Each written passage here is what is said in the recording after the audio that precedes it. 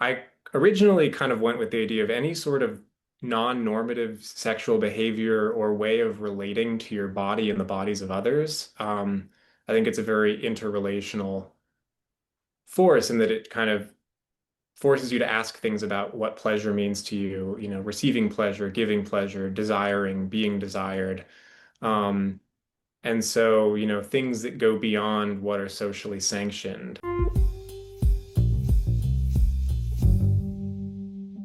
Hi, this is Dr. Andrew Rimby, the host of the Ivory Tower Boiler Room, an arts and culture podcast. Thank you for listening. I want to just remind you all that if you're not following us on social media, please do. It's always nice to interact with you all, and I'm always posting clips from the podcast, information about our free book club that's on Zoom, and all other kinds of exciting events, and a lot of literary posts. So Instagram is at Ivory Tower Boiler Room, and so is our Facebook. We have a LinkedIn, a YouTube channel where you might be watching us now. So, hi, there's a video episode on YouTube. And our TikTok is actually my name. It's at Dr. Andrew Rimby. And Patreon is where you can find all the just uncensored, no ad episodes. It's patreon.com/ivory tower boiler room. There's usually some kind of deal going on, and you can try it out for a few days for free if you just want to see what gets posted there. And if you're listening on Apple, please leave us a review. It means a lot. If you're listening on Spotify, make sure you're following us. And I hope you all just enjoy this episode.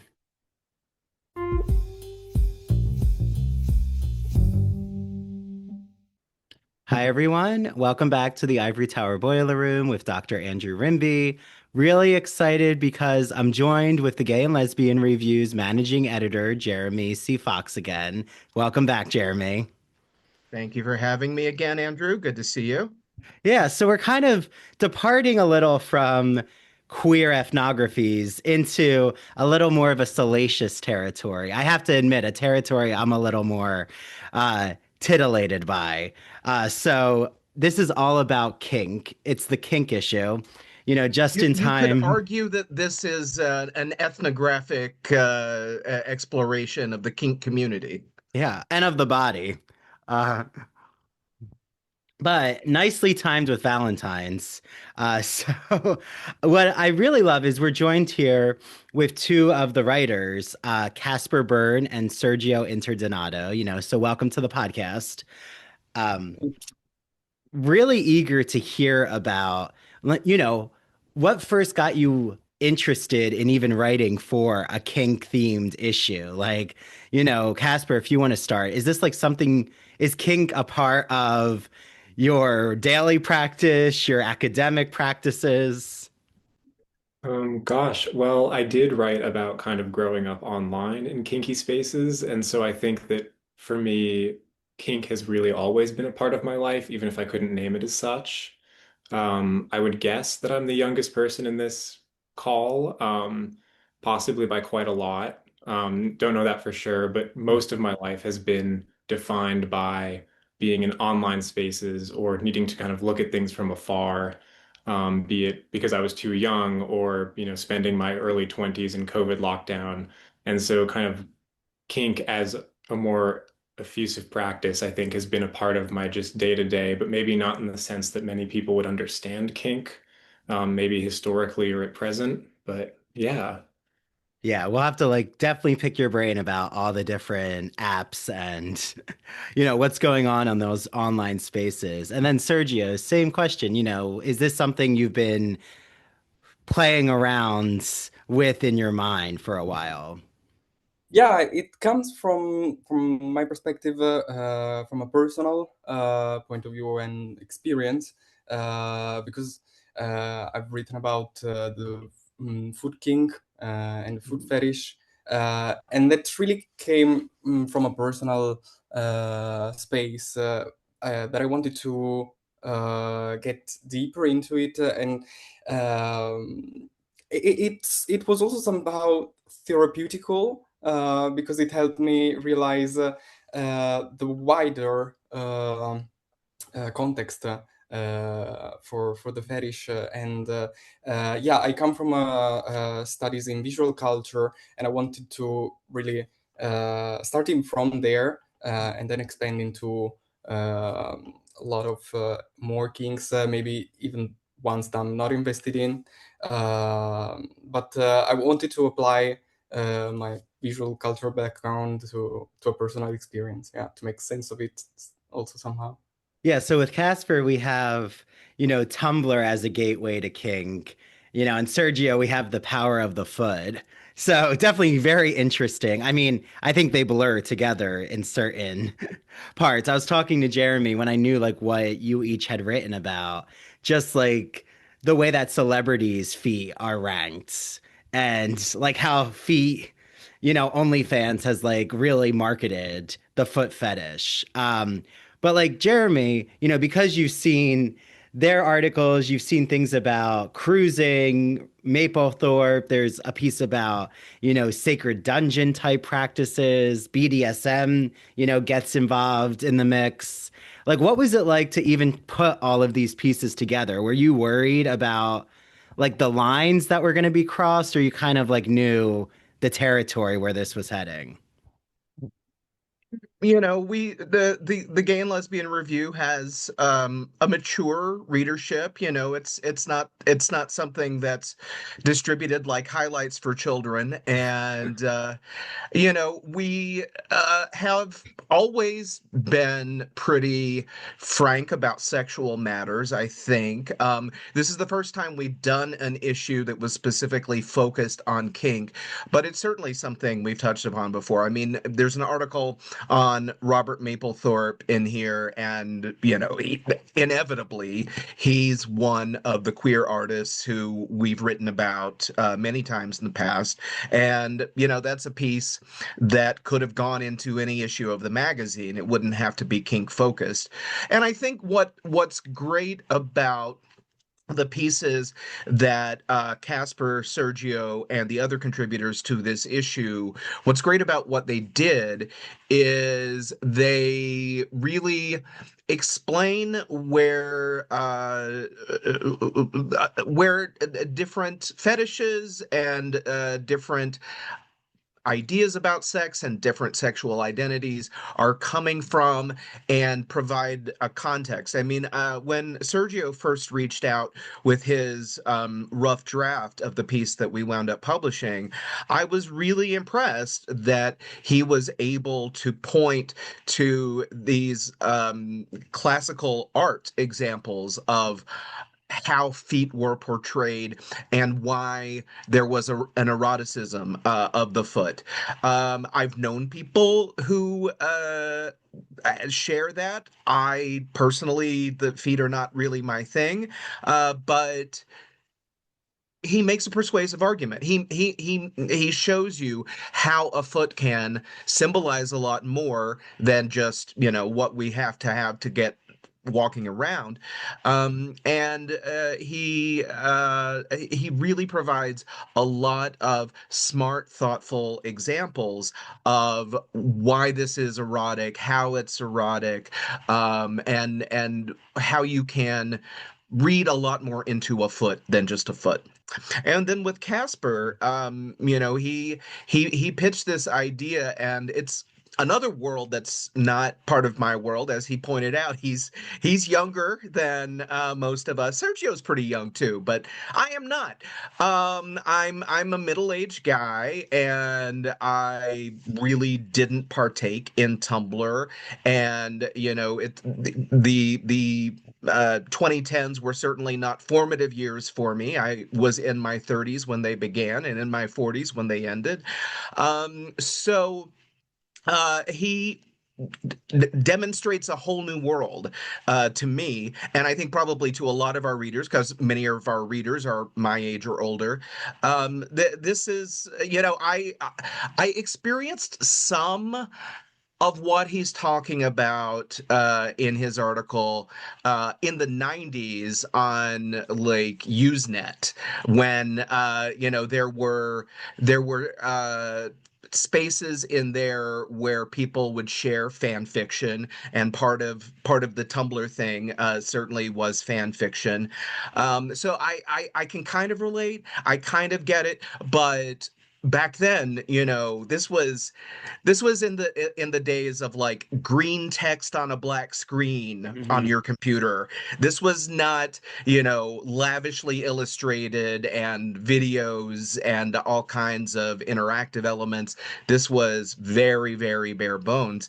And so it was fascinating to see and to realize, how far this had all come since I was having these sorts of experience online 15 or 20 years earlier. So I think hopefully this issue um, will be satisfying to people who share these experiences and share these interests. But also, if this isn't you, if you're not represented by these articles, they're an introduction to what this experience is and why it is fascinating and important to a lot of other people.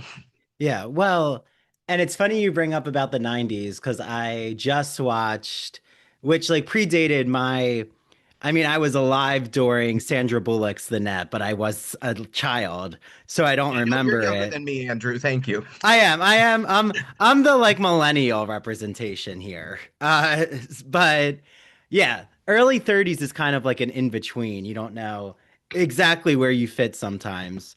But with the net, even I was thinking about like those chat room spaces, like even when Craigslist starts to kind of become popular, the advent of Grinder, even like when it comes to the difference between public kink spaces and like online kink spaces, I thought like that's a great opening in terms of, you know, what Casper, Sergio, you're both doing, but also like what this issue addresses in the first place, which is like how people get introduced to kink. Like, I would assume that kink culture is now even more um, visible in ways, but also in other ways harder to kind of situate like an in person or put a face to the group, if that makes sense. So, like, I don't know, Casper or Sergio, like, how do you weigh in terms of the difference of what you're thinking with like I guess in person kink practice and then like online kink practice. Casper, you want to go or I go? Well, you can go first. Yeah. Okay, okay. Well, I'll start with the generational representation as well, because as you said, like we have different generations, and we can see how kinks, I mean, are evergreen, and this connects with public and online spaces. Because personally, I come from. A place where I got first introduced through online spaces, and reading Casper's piece about Tumblr, I found that was my first introduction to it too. And then it all came, I guess, to X now, where especially the feet fetish is widely diffused. Um, so from my point of view, from my perspective, it's the online before the personal space and actual experiences, and that is also, I guess, a fantasy somehow. And this is what I wanted to explore, like how media exposure also got me into the fetish, because normally it isn't something I do every time I'm hook up with somebody. So yeah, but that is, I guess, yeah, the online has helped to diffuse the concept and the discourse. Yeah. Yeah. Yeah, Casper. Yeah, something that I think about often is maybe especially for younger people, whether there's such a difference between online and kind of public spaces. I think especially something I've been thinking a lot about, I guess in the vein of feet, is kind of what does it mean to have a digital footprint at this point? Considering that it affects everything from how you can socialize to the jobs that you can get to the way that you pass through the world. I come from, particularly trans and non-binary perspective in the sense of, especially for people in transition, you can often leave a digital footprint of your entire transition piece by piece Hmm. out in what becomes a public space. And kind of what does that mean to have all of these versions of yourself existing simultaneously in a fairly democratized space? And when it comes to kink, how much distance is there from the persona that you have online and the persona you have offline? And, which one is kinkier? Are they both partaking in the same kinds of kink? To what degree? Um, something I think about is that, especially stuff like foot fetishes have kind of almost become a bit of a meme online. People talk about them so flippantly, but then when you come into the real space, there's, with partnered people in, IRL, I suppose, people can be a bit more cagey about actually practicing the things they speak about so flippantly online. Hmm. Uh, so that kind of gives a sense of a lot of freedom to kind of speak in any way you want and to engage in things without necessarily needing to feel that you're buying in completely. But at the same time, I wonder, how does that translate for people who are trying to engage in a different kind of maybe more grounded sexual practice? For whom these things have a deeper meaning than a throwaway line on X or a slightly more rabid persona on Tumblr. Hmm. Um, and just kind of these different versions of self all kind of collapsing in on one, or how far apart do you hold them? Those are the thoughts that start to come into my head when talking about this stuff. Yeah, well, and we're coming fresh off of our heated rivalry episode that, thanks to everyone, I think we're almost at 4,000 views now on YouTube. So hopefully, they cross over into this kink territory. But even using heated rivalry and those actors as an example, like it's interesting what you're saying, Casper and Sergio, because like even on TikTok, it's fascinating to see like how memes are like now pictures can be used as comments and like with these actors, there's like memes of, I don't know, someone like an animal who has like their face wide open, kind of like imitating that they want to like deep throat one of the actors. And it's like just fascinating, like whether or not, like you're saying, Casper, that translates into actual IRL experience, is definitely debatable. And I would agree that people are much freer, especially if they're anonymous online. But like, how about the American perception versus even the European perception? Like, I asked that because, Sergio and Casper are joining us from, across the waters, across the pond over here. And I feel like America still has a hang up. Like, even if you say, oh, I'm kinky, like, someone could be like, that could range from, I don't know, A to Z, right? Like, kinky could be, um, spitting in someone's mouth while kissing, and then it could go all the way to water sports or bondage, right? Like, and I feel like in America, we have not exactly the best representations of kink culture in our media. Like, 50 Shades of Grey, uh, is usually everyone's touchstone, but not necessarily like Pasolini's 120 Days of Sodom. Like, so, I mean, for some it may be, but is there a difference? Like, is American culture as up to speed when it comes to even tolerating or being open to conversations around kink in a free way compared to, say, what's happening in Europe?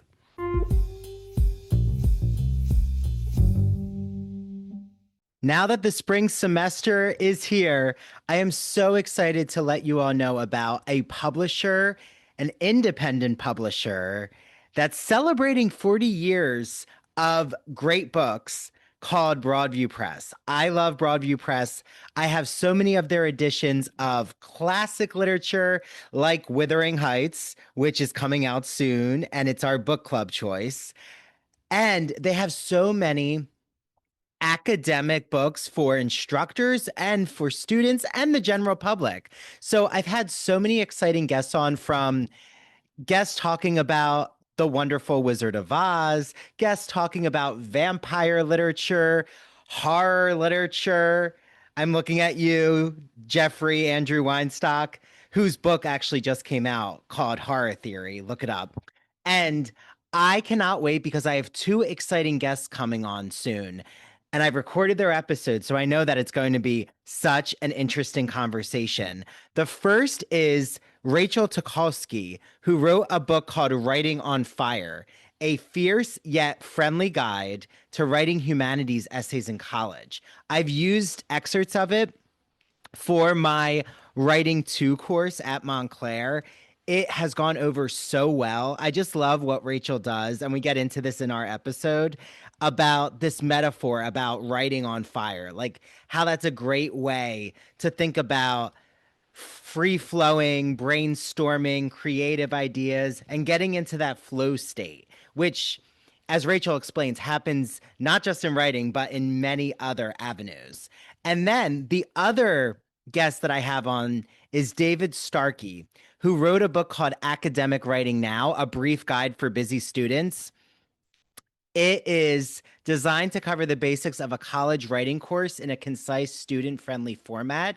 Each chapter concentrates on a crucial element of composing an academic essay and is capable of being read in a single sitting, which, for a generation, myself included, I think all of us now, just consumed by digital media or just this attention grabbing technology, reading in a single sitting is definitely a plus. So head to Broadview Press, use the promo code Ivory Tower, and you'll get 20% off every single book in their collection. There's also a really cool digital library collection they have. So if you're a librarian, take a look at that. Message me. If you're a librarian, I'd be happy to show you what that new collection looks like. And I hope you all enjoy your reading.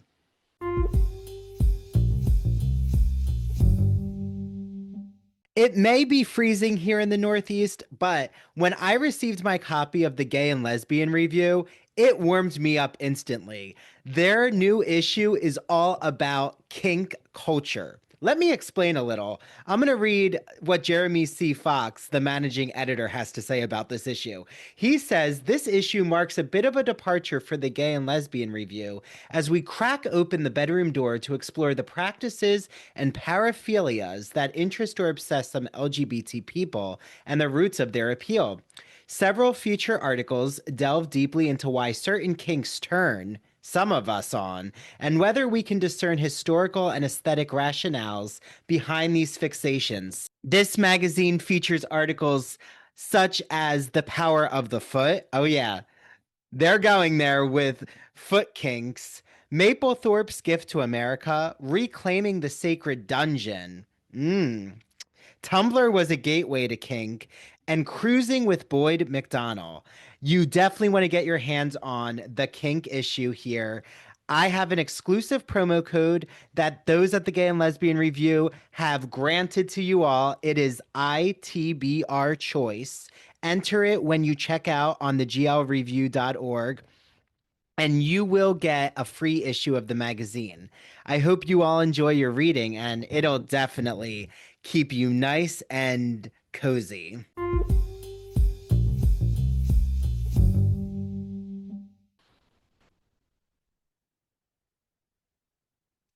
I was gonna say, anyone who wants to take it. Yeah, you're fine. Shall I go? Yeah, that's fine, Sergio. I'd start from my piece again, but just because one of the starting reflections that brought me to want to write a piece about it, that is the actual hook of the article, is that we were approaching the end of the year that was 2 years ago, and for the second time in consequence, Italy was at the top of the foot, like hashtag on Grindr, in Grindr Unwrapped. which is basically the Spotify Wrapped of Grindr. And that got me thinking, yeah, so what in Western, especially visual culture, that has to do with the food and how is it portrayed across the year. So I wanted to get back to the very beginning of Western art, so Greek and Roman sculpture, because it has a sculptural element, like the toes and the veins, and so. And I'm happy to say, I'm proud to say that we are confirmed for the third year in a row. Italy is confirmed as the first country with the feet fetish. But yeah, that's just, of course, for speaking for my piece and well, my personal kink, let's say. And yeah, more wide, I'd say, Western culture and European culture, I guess maybe we're less used to speak about it, but maybe historically, yeah, more exposed to it. Like, I hadn't, of course, have the time to speak about, let's say, Caravaggio for the Renaissance, but his images also are uh, very strong, like from a point of view. So yeah, I guess it's about a little bit about exposure throughout history. I want to answer Andrew's question, but first I want to ask Sergio a follow-up question. Because I'm curious, do you have a theory why the foot fetish is so popular in Italy? Every year, it's more popular there than anywhere else that people are using Grinder. Oh yeah, I've asked myself that, and I would just answer mostly maybe it's for the weather. Like we have the Mediterranean, and maybe again that's a space of exposure, like with flip flops and that. But just it's the answer I gave myself, and it's the only one that comes to my mind because uh, yeah. Otherwise, I would say yeah. Historically, we've maybe uh, been into it as a society. I would hazard a guess that I mean, there are many other countries where people are using grinders, so this doesn't necessarily answer the question about all the rest. But I mean, I think Andrew makes a point that there is still a strain of Puritanism in American culture that doesn't exist generally in European cultures. And I would say just quickly, and then I want to hear from Casper too. But I think I think whether you can talk about your fetish, whether it's something that you can discuss openly with friends or whomever, it's very context dependent. If you're like, all sitting around a table on a patio at a restaurant in Provincetown or Fire Island or wherever, Key West, sure, you can have that conversation with your other queer friends who maybe share that fetish or maybe make fun of you because that's your fetish and it's not theirs, but it's acceptable enough that because if they don't have that fetish, they've got a different one, and you can make fun of your friend for that. But like if you're at the Thanksgiving dinner table with your family in Macon, Georgia, or Peoria, Illinois, you probably would not ever suggest to anybody that you had any kind of fetish. I mean, every family is different, and some families talk about everything, but certainly my family is not that way. And I think the majority of American families, and many friends and coworkers as well, anything that is that intimate sexually is not something that you would discuss in the United States except with your other queer friends, or maybe if they're not people who are friends, like the other queer people you met at a bar or something. Yeah, yeah. But Yeah, I was. Casper has the unique experience of having lived in the UK for not quite a year, but multiple months now, but having come from the US and maybe can speak to differences that he's seen. Yeah, which is more prudish? Um, No. so I'm in the weird bubble of, or I'm in several weird bubbles. I grew up in Portland, Oregon, which is, Mm, I still think the polyamory capital of America. As a 20 something, it's just about impossible to do a house share without trying it, like entering somebody's messy polycule. yeah. So it's like, like growing up, my next door neighbors were a lesbian punk band slash roller derby team. And so it's like this environment, you're just interacting constantly with people who are very open. You'll see people wearing leather out in the streets. We have naked bike rides every year. Um, it's like I grew up and my neighbors would go to naked bike rides. So Yeah. like if, and so it's just that's the environment. It's very free. I can't say that's just, for all of Portland. There's also its limitations of being, very white, very, you know, very millennial in terms of its kind of age demographics of that kind of culture. And so, it's experiencing changes. There's all sorts of demographic stuff. And then popping over to Cambridge, my first thought was, oh God, this place is so straight. It was, there just wasn't the visible kind of queer representation that I was used to seeing in Portland. And knowing, Portland is an outlier amongst the United States. It's like being from San Francisco and trying to say the whole world is San Francisco over here. But, it's like the first kind of queer thing I saw was a pride flag encased in glass in the King's College kind of welcome area. And I thought, there's some kind of imagery here about a pride flag, you know, set up like a museum exhibit. It's a very welcoming college. It's very wonderful, Yeah. but there's not that same level of visibility. People are dressed very well, pea coats, all the whole deal. There's a, you know, Church of England cathedral every 4 blocks. It's, another sort of space, but, it's like getting hate crime for being visibly queer is relatively common here, even in Cambridge. Most of the people I've had the good fortune of becoming friends with have some experience of being attacked, which is something I did not grow up with in Portland in the same way. Being a child, I suppose I'm shielded, but here also I think the Online Safety Act went into effect this year, and so you need to submit your ID to the government through a third-party service to access explicit content online. And Oh. it's very hit or miss what it censors. So sometimes it'll censor curse words.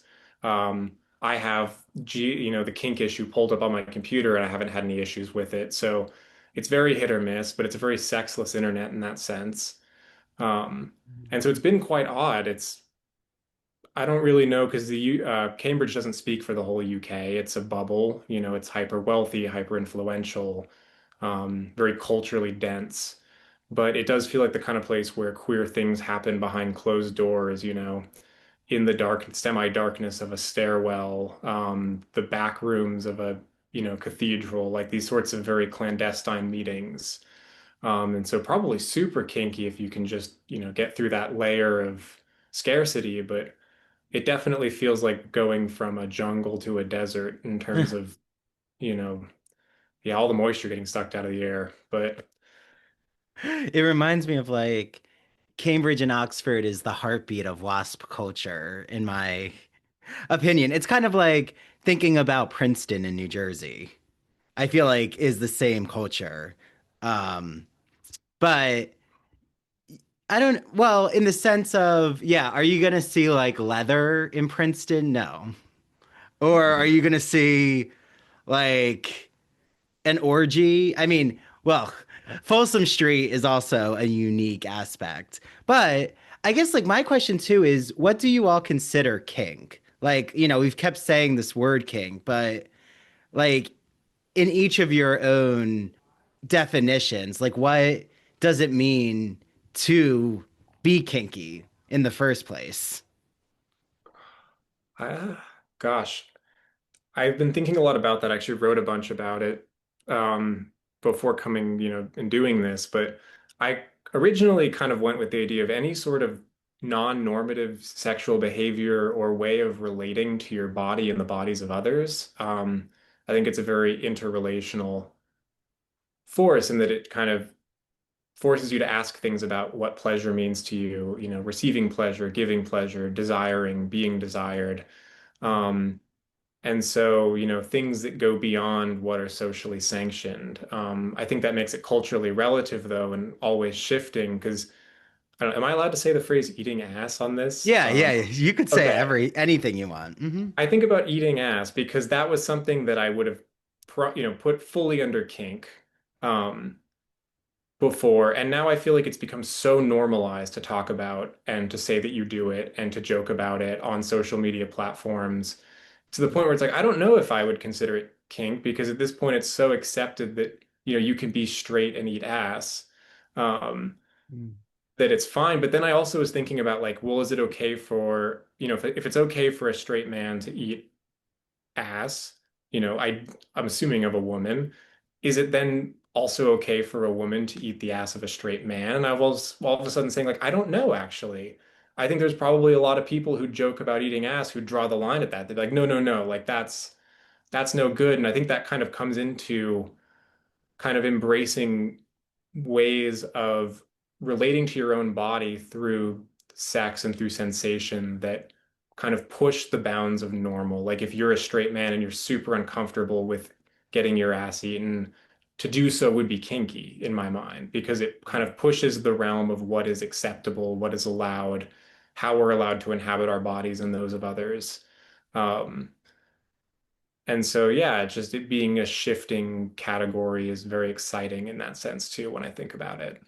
Yeah. So it sounds like you're suggesting that it's whatever is outside of like the heteronormative or a heterosexual coupling in their sex acts that's like on the fringes of what's not talked about or what's not the common. And I don't want to say common because that sounds, you know, like I'm making a judgment there, but like just what isn't talked about in the open, like things that, like eating ass has kind of shifted, you're saying, in terms of the respectability politics around it, but Mhm. like pegging is being practiced by straight couples, but like whether or not it's practiced as a majority, you know, I'm not sure. Um, but yeah, I think that's interesting. I think it's about, the Overton window shifting over time, what is considered acceptable to do or acceptable to talk about. And there's an episode from at least 20, more probably more than 20 years ago of Sex and the City where Miranda meets a guy who wants to perform analingus on her, and she's kind of okay with that. She's a little bit creeped out by it. But then when he wants his turn, when he wants her to perform it on him, she starts to try to do it and then it's just like, no, that's gross. And frankly, like straight men are not always the cleanest people in the world. Who knows like what she was dealing with. But I think I think before that episode, the conversation, if any conversation existed in the culture at large about analingus, was very different than it was after many people had seen that episode and than it is now. I feel like I think Casper gave an excellent definition of what kink is and what differentiates what we would consider a kink from a normative sexual practice that almost everyone performs. At least we assume almost everyone performs. Um, but I can remember too, like I had a straight guy who I was friends with in high school who back in like the late 90s was going around like whenever he saw a pretty girl saying I'd like to eat her ass. Like it became a thing where like once he was introduced to the idea, and I mean I think him saying that was partly to shock his friends and to get a laugh from them. But I think, you know, it's something that we're all a lot more familiar with now, the concept of analingus. And you know, once you're getting served ads on your social media for t-shirts that depict the act, like it's no longer niche, you know. It's not some extreme activity that only real heavy like kinksters would be into. It has become pretty mainstream, I think, even within straight culture, although again that's, you know, that's dependent region to region, community to community. There's going to be some difference there. But I mean, I bet when a group of straight women get together, it's a conversation that is had, and on some occasions, like, I dated this guy who was really into that, and etc. Or I discovered that I liked that, but the guy I'm dating won't do it. Yeah, well, and that's kind of like I'm curious about like the idea of shame with kink because I feel like, if a guy um like it's used by comedians a lot. Like, oh, did she stick a finger in your ass? And it's kind of like made to be the punchline. Like not about necessarily the pleasure of it. Like, what's the boundary too? Like with kink culture and the idea of like those acts being shameful. Because I feel like, for a long time, even the idea of blowjobs, like, we're seen as disgusting by straight women in pop culture. But then now they're joking about like, do you spit or swallow? And I'm sure a lot of this also has to do with like what acts are popularized in pornography. Like the money shot, like became everywhere. So then it was kind of like the de facto of, is this what is supposed to happen? Like, am I supposed to be choked like a porn star? I mean, I know I like offered a lot there, but like just talking maybe about shame and kink or even, the way that pornography, I'm thinking with X, which I'm not on anymore, but I know porn is everywhere on X now. Um, like how has that impacted like thinking around kink culture? Because I'm sure like porn has definitely had something to do with either exposing people to kink culture or even kind of showing the gradations of behavior. Um, so I don't know if anyone wants to like pick that up.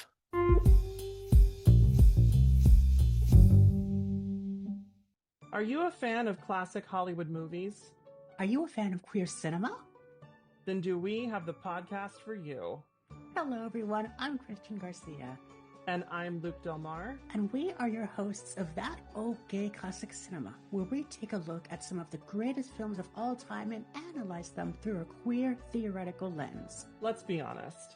LGBTQIA+ people have been a part of Hollywood since its inception, and this podcast celebrates those artists and entertainers of yesteryear while also taking a closer look at the queer-coded characters and stories in classic Hollywood films long before queer representation entered the mainstream. So follow us down the road of classic cinema as we give you a guide to some of the films that touched our hearts, brains, and even gave us courage to be ourselves. You can listen to That Old Gay Classic Cinema wherever you get your podcasts, and be sure to follow us on Instagram, YouTube, and TikTok. All right, listeners, we're ready for our close-up.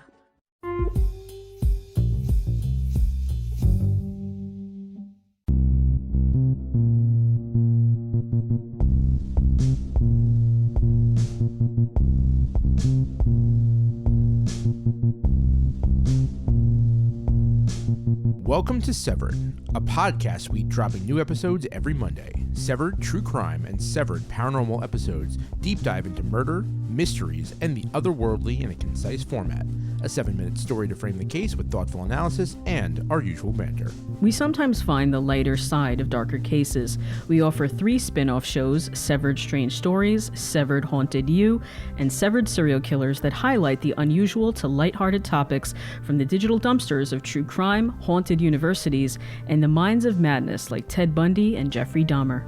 We are your co-hosts. I'm Harry Chambers. And I'm Drew Hudson. Listen on all major podcast platforms, including Rogue Media Network and Radio Garden State. Follow us on Instagram at severed_podcast.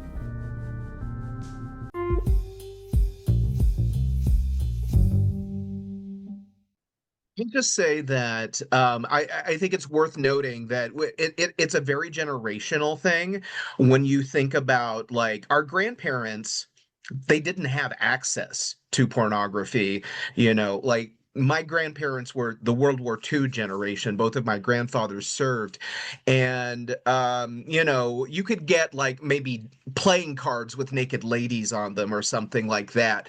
But you couldn't get like hardcore porn depicting people actually performing sex acts on each other. So I think again, it's the Overton window shifting what is acceptable to talk about, what is acceptable to perform. And I won't name names, but I know a woman of the generation above me in my family who expressed to me that she was disgusted by the idea of fellatio. And I think probably for boomers, that was not necessarily that uncommon. I mean, I think there were plenty of boomers who were also giving head, but I think if you go a generation above me, it's fewer, certainly fewer than my generation. If you go a generation above them, it's even fewer. I mean, hard to imagine either of my grandmothers doing that, but God only knows. But yeah, it's certainly it's something that exposure has changed all of our expectations, and all of us, not all of us on the earth, but all of us in this room, I assume, and many of us on the earth have seen porn that depicts stuff that maybe is more extreme than we would even be interested in doing, but the more you are exposed to it, the less it seems foreign and scary, and maybe something starts off being something that you wouldn't be inclined to do, and over time you're like, well, maybe. Yeah, and I know like, we're talking specifically about um the writing in the Gay and Lesbian Review, like in a queer context, but I would assume too that there's like, how does the issue of gender come up in, and I know kink culture has so many different scholars, theories, right? It's not like a monolith, but like the way that women express or see themselves in kink culture compared to say, you know, men or even like how non-binary people practice kink culture. I would assume there's a spectrum too. Like that women in pornography are kind of already like there's just such a history of objectification that doesn't exist with men in pornography. So like how free do certain people feel even expressing that they're into certain things because of what's acceptable in society? Mhm.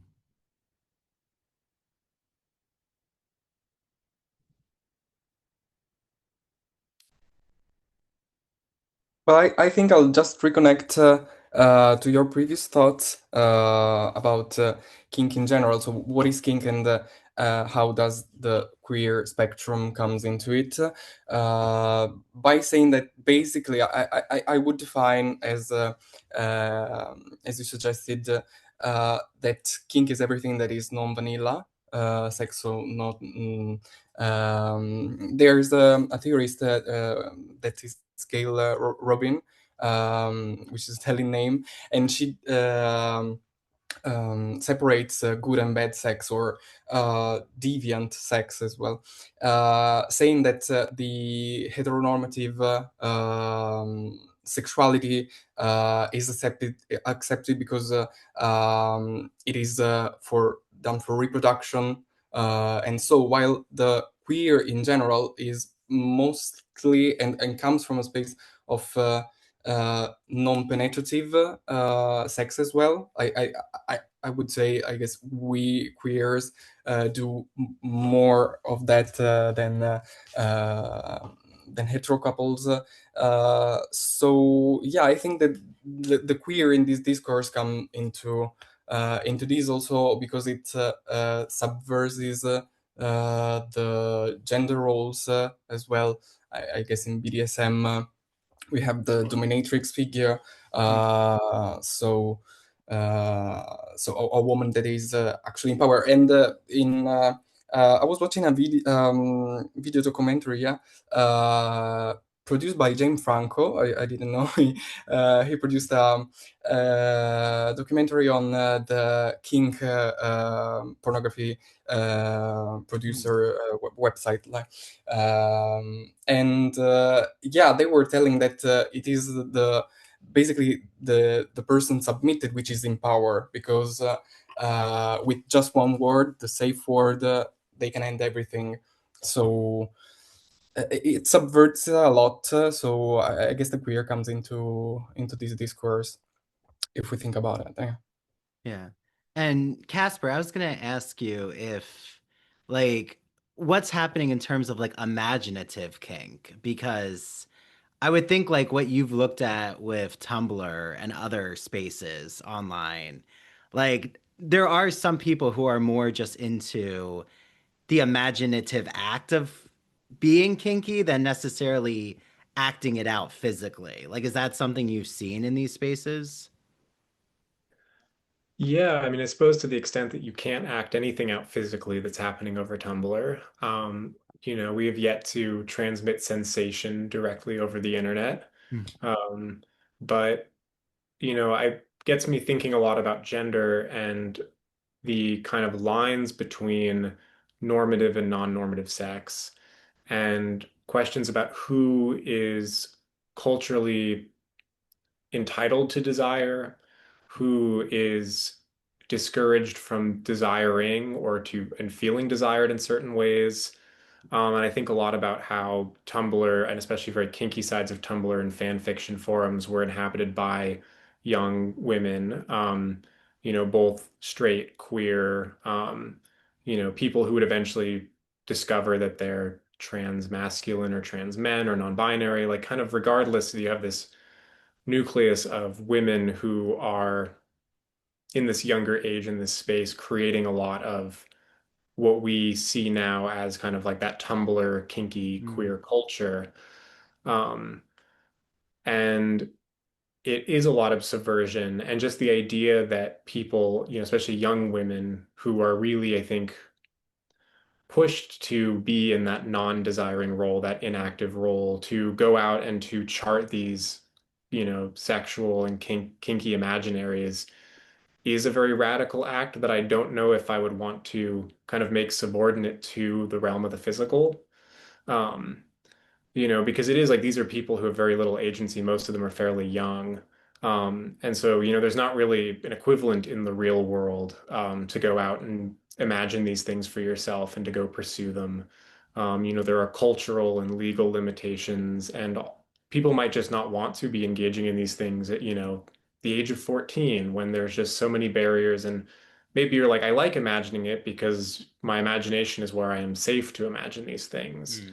You know, you don't want harm to befall you. You don't want harm to befall others. And so I think that there is a lot of power in that imagination, and Mm. that has to do a lot with gender and kind of when things tip into kink. Like, for example, if you're someone who is conditioned or told that you should not desire more than what someone gives you, is it kink to want more in general?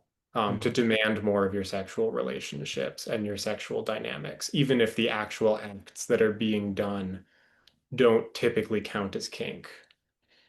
Mm. Mm. Well, and I thought it was interesting, like Sergio talked about non-vanilla, because like I think in everyday conversation, a lot of people just say like, "Oh, I'm so vanilla," or right, like kind of like reiterating what's been discussed, like what Casper you were saying in that way of describing just that normative sex act. And like, do you think that as a group, is kink culture more radical now, or has it always existed, but because of the online space, things have just gotten more visible? Like, has the foot fetish always been around? Like, has, you know, BDSM culture always been around, but it's just now like people can consider themselves part of the community because of the visibility.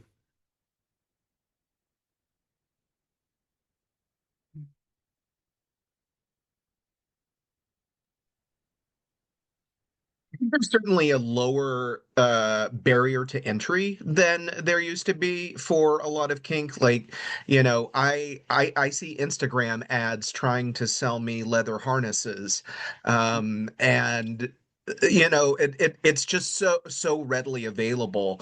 Um, and in a way that it wasn't to previous generations, or even if you go back 5 to 10 years, it wasn't as easy to find some kink apparatus and kink communities as well.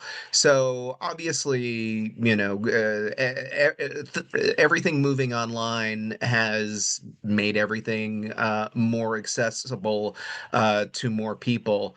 But I mean, obviously, if you go back like 200 years, there weren't probably people wearing a leather harness that was intended for a sexual purpose, but there were no doubt people who were practicing dominance and submission in sexual relationships, but also like if you go back a little over 150 years, people didn't conceive of themselves as homosexual or heterosexual because those terms didn't exist until about 1870. So, people. Uh, Society evolves, or at least changes over time. I mean, you could argue whether it's evolution or not, but things are always changing, and new ideas present themselves and then become more accessible and then more mainstream. But there there have always been people who were engaged in sexual play, and it would be interesting if we had the ability to know more about what people were doing 200, 300, 400 years ago, or 10,000 years ago. Like that's not the kind of thing that is typically well documented. There are diaries here and there, but we don't really know what, the 17th century ladies were doing with each other or with their male partners. Yeah, you have to like rely on ancient pornography. Like I'm thinking of ancient Greek vases. They've shown some light into like non-procreative acts. Like there's some, anal sex things going on. But you're right. Like in ways of documenting, uh, it would be interesting to know. Um, like, does what's happening now mirror the past? But like as we're ending our time, which has just been such a fascinating conversation, is like how do you, each of you like weigh in terms of like why do you think it's important to even study or talk about, write about kink culture or kink just behavior as a subject? Like, what did you get out of writing your pieces for the magazine? Like, what can we learn from this deep dive that you each have done in your pieces? So, Casper, Sergio, whoever wants to start.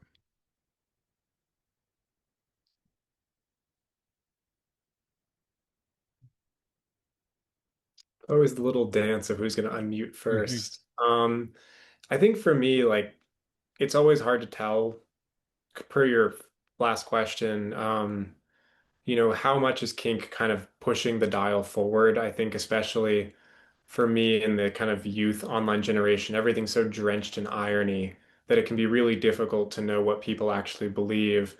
But it seems like, in popular culture, kink's most important export is just the idea that people deserve to feel good Mm, and, to live in their bodies and experience other people's bodies in ways that are respectful and mutually pleasurable or non-mutually if that's the kink. But that we can derive pleasure from so many aspects of the way that we inhabit the world and inhabit ourselves.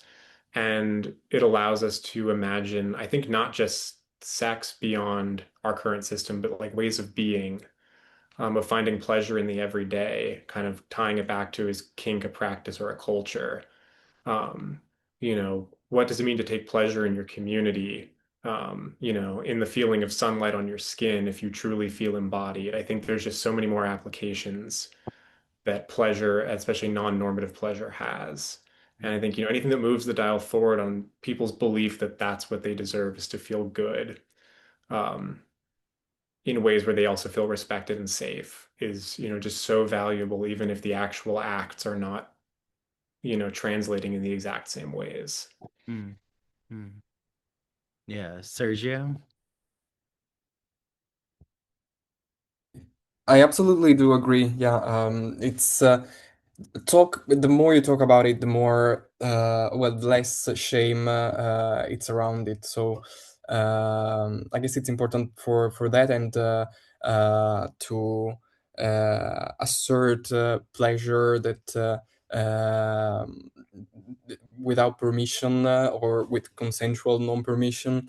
Um, so yeah, as long as there are consenting adults, I guess we we should research as well as to have the words and for a discourse, for a wider discourse. So I guess yeah, that's it. Yeah, yeah. And then Jeremy, I mean, what do you hope everyone gets out of reading the kink issue? Because I'm assuming you had a lot of fun putting this together. Well, I have fun putting together every issue of the Yes. magazine, but this certainly was a little bit of a different experience than the forthcoming issue is on the Victorians, and there's a bit less kink in that one. I mean, it I think it's important and interesting to understand other people and to understand ourselves. And I think part of the way that we come to understand ourselves is by understanding other people's experiences better. Like we can see how we connect to their experiences or how we disconnect. Like what is different, what is the same. I mean, I think Casper's piece on young people exploring all of these different kinds of experiences virtually on Tumblr really points to how this can be worthwhile, how you can find out more about yourself through, reading slash fiction, perhaps. Um, and I think, sexuality is an important part of the experience of being alive and being human and being embodied. And hopefully for most people, it's a positive part. And kink is one aspect of that, and also something that historically has been important. In the queer community. I mean, we don't have the writer here, Matthew Bamberg, who wrote about the influence of Robert Mapplethorpe's BDSM photography on mainstream society, kind of for many people learning what BDSM was. Um, but he describes in that scenes that were taking place in gay bars in the 70s that the kind of thing that in that setting was maybe totally normative and unremarkable, but most Americans in the 1970s had not yet experienced and maybe didn't know existed until they saw these photographs. And I think, BDSM, piss play, which is specifically cited in the Maplethorpe article. That's not going to be for everybody, and it doesn't need to be for everybody. But I think people need to know that that is something that some people enjoy, and hopefully that also gives people more. Allows people to give themselves permission to explore other modes of expressing their sexuality and to be more comfortable with what other people are doing and to be more comfortable with what they're doing. And one thing that I discovered in working on this issue, fielding different submissions and proposals, including some that made it in and some that didn't. And there's one piece that's going to be upcoming on our website that didn't make it into print. Um, uh, every community has different kinks. Like, if it's two cisgender men together and two cisgender women together, like obviously you have different body parts to work with. You have different opportunities to do different things to those body parts. And with trans people, sometimes it's a combination of what we expect to find on a cisgender man and what we expect to find on a cisgender woman. And also there are just elements of life experience that are different based on whether you're a gay man, a lesbian, a trans person, a non-binary person. There are different aspects of your experience that you can eroticize and that will turn you on. So I think it's helpful to understand that kink is obviously not one size fits all. It's different for everybody, and the variety of what people are doing in their bedrooms and dungeons and various other places, college library bathrooms. The variety is much greater than you might expect based on your own experience being in one kind of body and being sexual with whomever you are sexual with. Yeah, and I think what's so refreshing about the Gay and Lesbian Review in general is that, you know, every piece of writing opens up the conversation and it humanizes and like creates a sense of empathy of just understanding different practices. But, it's not saying you, the reader, you need to do this. Like, it's not a dictum, because I'm sure, right, anyone who watches this or is listening, I'm sure there's some who would be like, well, I'm not into kink behavior at all. And like, I mean, those kinds of accusations have been used to pathologize the LGBTQ community anyway. But like at the end of the day, like you're saying, it's, not just the queer community, the straight community, polyamory community, the monogamous couple, like there's such a spectrum. And I think it's just so refreshing to see like this continued urgency of just giving voice to so many different experiences, which the magazine does so wonderfully. But, I'm so happy that I was joined, with Sergio, Casper, Jeremy again. Excited for when you come back on for the Victorian issue, um, which, we'll have a lot to talk about. And if, Sergio Casper, where would you like people to follow you? If you have a social media handle, you want to give any like things you want to put out there on the, the airwaves, now's the time. So, Sergio, where could everyone follow you? I guess Instagram is the best way. Sergio.interdonato. That's it. Name that surname. Yeah, Good, it's good. the way. And Casper, where could they find you or your work? I am very offline, strangely, for someone who just wrote so much about Tumblr, but I just have discovered Substack. And Okay. I am the Casper Ghostly Friend is the Oh, handle that they let me have. Every variation of the friendly ghost was taken, other than that one. So I will be putting stuff out on there if people are interested. Very nice, very nice. And then, of course, Jeremy, where can everyone, follow the Gay and Lesbian Review? We're on all the social media platforms. We don't necessarily have a uniform handle on all the different platforms. Some places we're G&LR, some places it's more spelled out. But search for the Gay and Lesbian Review or the G&LR on any social media platform, and you will find us. And I personally am on every platform as just Jeremy C. Fox, all one words lumped together. Great. So in the show notes, everyone, can find everyone's handles that they just gave. And glreview.org for the print digital subscription. ITBR choice gets you a free issue, so you could choose the Kink issue as your free one. Yeah, I think that's it. Well, thank you all for such a great conversation. Just such an interesting, conversation, but just great writing, um, pieces that are here in the Kink issue, and continuously offering more food for thought. Well, thank you so much for having us on the show, Andrew. And I want to thank Casper and Sergio for taking the time to talk about their work and represent the contributors to the magazine who make the whole thing possible. Yeah, absolutely. Thank you all. Thank you. Thank you.